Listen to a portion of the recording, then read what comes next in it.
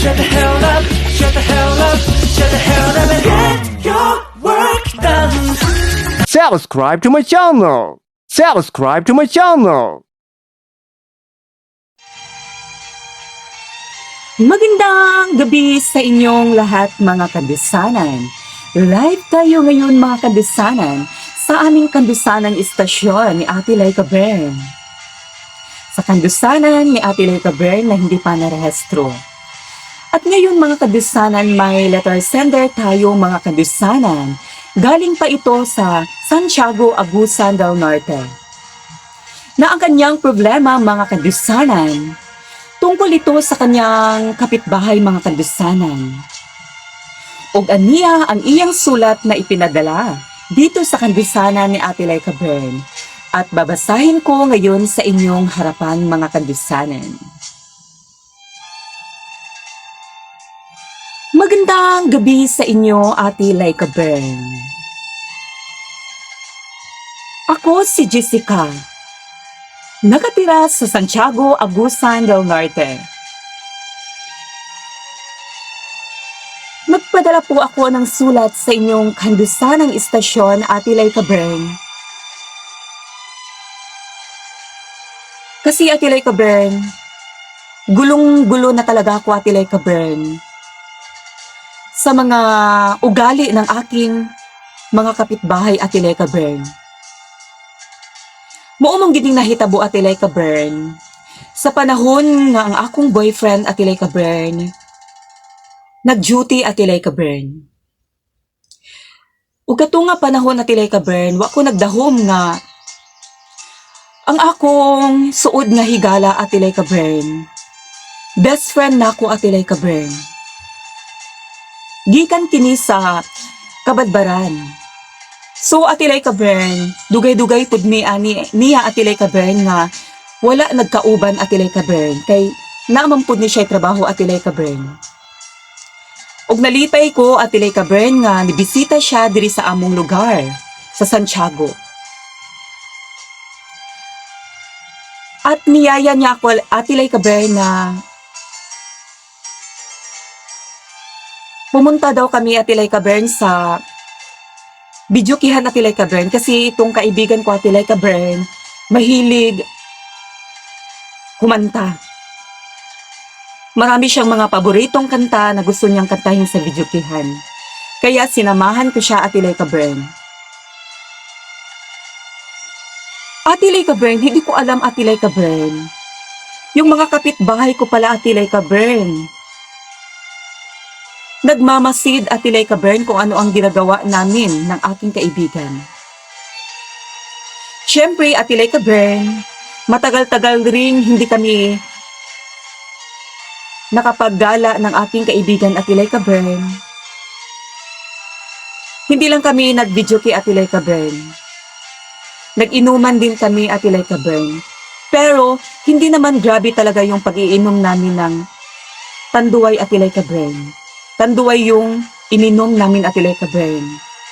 Kasi yun yung brand namin Ate Laika Bern. Kasi masarap kasing inumin yung tanduay Ate Laika Bern. Hiyang kasi kami ng aking kaibigan Ate Laika Bern dati pa. Ate Laika Bern, niabot gyud ang akong boyfriend Ate Laika Bern. Nag-away mi Ate Laika Bern. Kay kinilagay akong mga silingan Ate Laika Bern. Nag-chismis Ate Laika Bern sa akong boyfriend. Na ako daw, nag-inom-inom ko, tapos nagsayo-sayo ko. Unsa na lang ilang gipang chismis Ate Laika Bern. Nasuko og yun daw ng akong boyfriend Ate Laika Bern. Kaya nagtuog siguro siya Ate Laika Bern nga na ani kauban nga mga lalaki. O basi nagtuo po siya Ate Laika Bern nga nag-uwag-uwag ko Ate Laika Bern nga wala siya. O gitubag yun ako ang akong boyfriend Ate Laika Bern. Ako gid siyang gisultian Ate Laika Bern. Sa wala pa mi nagkaila niya Ate Laika Bern. Hilig na gid kog barkada Ate Laika Bern. Pero atilay kabern, sa akong pag-inom-inom atilay kabern, ginabutang man ako sa lugar. Nga dili ko masawayan sa ubang tao. Samot na sa akong mga barkada nga kauban nako mag-inom. Formal man ko mag-inom atilay kabern. Tinuod atilay kabern, gainom-inom ko pero wagid ko nagpa sagda atilay kabern. Wala ko nag-wild while gainom ko atilay kabern. Sa akong kalagot atilay kabern, gitubag jud nako ang akong boyfriend atilay kabern. Nganong maging anak man siya atilay kabern. Mutuo man siya sa mga istorya sa ubang tao. Nga dapat pinagkatiwalaan niya ako atilay kabern.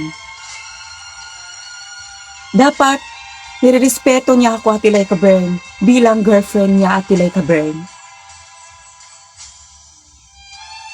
Pero atilay kabern, nakinig siya sa mga sinasabi ng mga kapitbahay namin atilay kabern.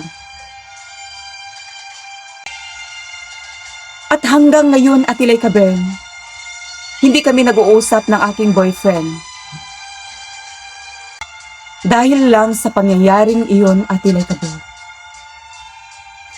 Atilay kabern, tambagi ko. Palihog tambagi ko sa inyong tambag balibag.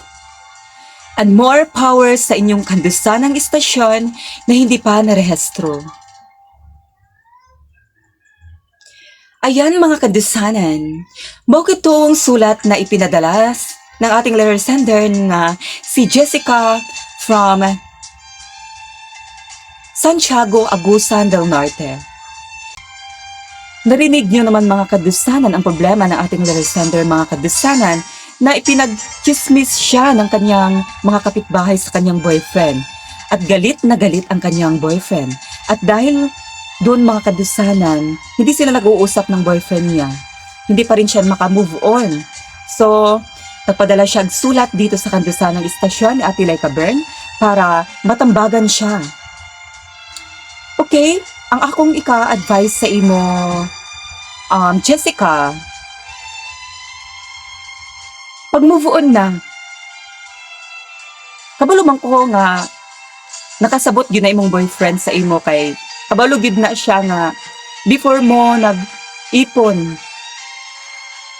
sa usa ka balay. Kabalo gid siya nga hilig kag barkada. Ayo pag problema, ang importante wala kay gibuhat nga dautan. Sa imong pag-inom-inom, wala kay gibuhat nga nagpabadlong ka sa ubang tao. Kundili nag-inom-inom lang gid ka kay tungod nalang imong barkada, imo lang siyang giubanan. Kay lisod pud kayo di nato entertaino ng atong mga suod nato nga mga barkada. Lisod pud kayo nga dili nato sila entertainon kung adto sa atong lugar. Mag-videoke ba sila or mag-unsa diraa? Kailangan pud nato silang sabayan kay lisod pud kaayo nga na sila ikasulti. Ayun na ka problema. Importante wala kay gibuhat nga dautan. Ug kabalo gid ko nga nakasabot ng imong boyfriend sa imo. Nasuko lang gyud na siya kay tungod pud lagi ani mga marites nimo nga mga silingan, maghatod-hatod og istorya nga dili mao ang gipang istorya sa iya. So, majuhot gyud na siya kay gikan man siya sa duty tapos ikaw gainom-inom ka. Mura ka to akong ika-advise sa imo pag move on na. Og pag-istorya mo sa imong boyfriend nga pasabto nimo siya insakto ayo lang siya awaya. Mura ka tong akong ika-advise sa imo. Unta makahatag ka tong kalinawan sa imong hunahuna. Jessica, Salamat sa imong gipa abot nga suliran diri sa kandusanan ni Ate Laika Bern. Maraming salamat. Ayan mga kandusanan, thank you for watching. Huwag kalimutang mag-subscribe sa aming YouTube channel, Laika Bern Aninohon. Thank you so much.